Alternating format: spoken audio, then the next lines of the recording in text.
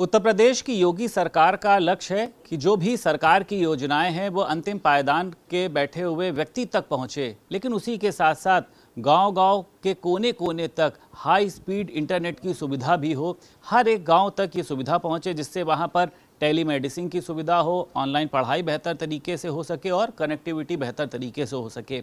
इसको लेकर उत्तर प्रदेश की योगी सरकार द्वारा आज प्रोजेक्ट गंगा की लॉन्चिंग की गई। उत्तर प्रदेश सरकार में कैबिनेट मंत्री सुनील शर्मा भी इस कार्यक्रम में लॉन्चिंग में मौजूद रहे।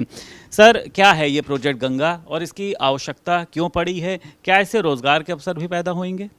देखिए, अभी गांव में इंटरनेट की कनेक्टिविटी तो है लेकिन ब्रॉडबैंड की नहीं।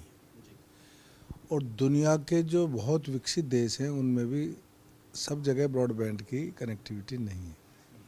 हमारी सरकार ने, माननीय योगी जी ने निर्णय किया है कि हम गाँव को हमारा लक्ष्य प्रत्येक गांव को ब्रॉडबैंड कनेक्टिविटी देना। जब ब्रॉडबैंड कनेक्टिविटी मिलेगी तो इससे गांव में रोजगार भी विकसित होगा, जिसमें से योगी जी ने कहा है कि 50% महिलाओं को इसमें सम्मिलित किया जाए। ये एक बहुत ही महत्वाकांक्षी योजना है।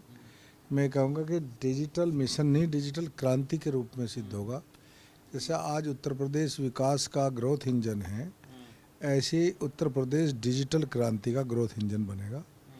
अभी आज इसकी शुरुआत हुई है, ये बहुत वृहद स्तर पर होगा।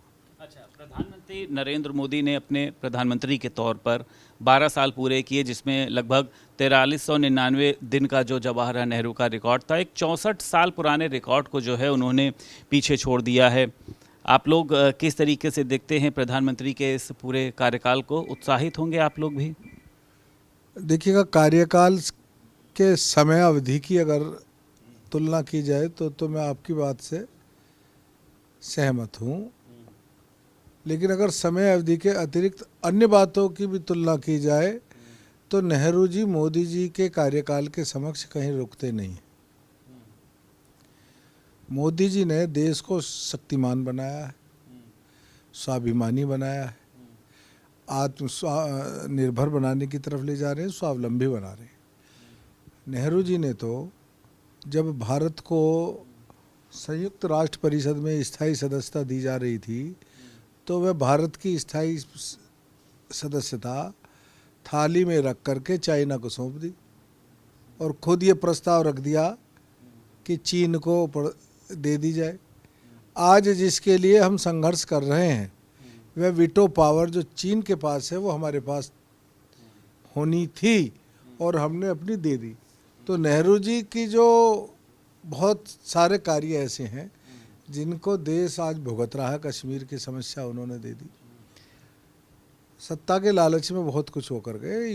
मोदी जी सत्ता का उनका एक साधन है देश की सेवा करने का, राष्ट्र की सेवा में तन मन से समर्पित हैं और उनका अपना कुछ नहीं है।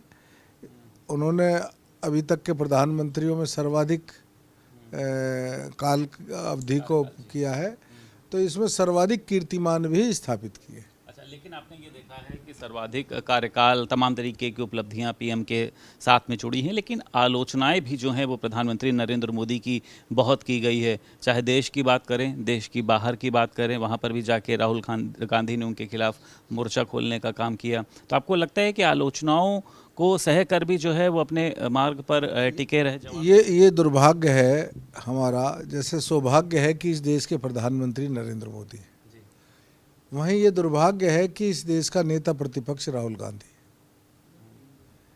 नेता प्रतिपक्ष एक बहुत जिम्मेवार व्यक्ति होता है जिसकी राष्ट्र के प्रति जिम्मेवारियां होती हैं। अगर नेता प्रतिपक्ष देश के बाहर जाकर के देश की आलोचना कर रहा है, इसका मतलब उसको राष्ट्र से कोई लगाव नहीं है, देश के मान सम्मान स्वाभिमान से कोई लगाव नहीं है।